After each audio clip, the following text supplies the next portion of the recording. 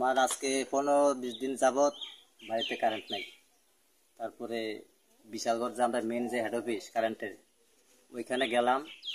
যাওয়ার পরে প্রথমে লালসিমরা কারেন্ট অফিসে কল করছি। ওইখান থেকে তারা 2-3 জন লোক আইসে এসেরা সামনে একটু ওইখানে ঘোড়ার মধ্যে টাইট দিয়েছিরা গেছে গা, ঠিক হয়ে গেছে গা, ঠিক হয়ে গেছে গা। এরপরে তারা ঠিক করে গেছে, কিন্তু ঠিক হয়েছে না।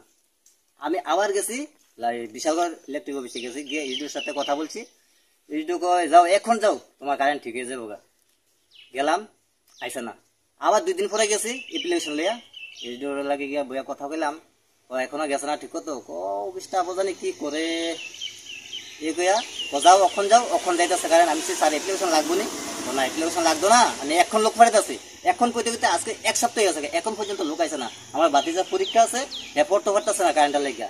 তাইলে আজকে আমরা কাছে একটা কারেন্ট পানা নাই, তাহলে কে লেগে আমরা কারেন্ট পাইতেছি না ঠিক মতো। আর একটু বৃষ্টি দিলে রাঙাবিনা কারেন্ট থাকে না, লালসিমরা কারেন্ট থাকে। কি কি কাজ করতেছে হেরা? আর এইচডু তাই কি কাজ করতেছে? তাই কি বই বই অফিসে ঘুমা? তাই গভর্নমেন্ট কি তাই এলাকানি বানায় রাখছে এখানে? মানুষের সমস্যার সমাধান দূর করতে পারতেছে না। তাই কে লেগে বই তাই কথা শুনে না তাই স্টাফ? যদি আমার কথা আর কি।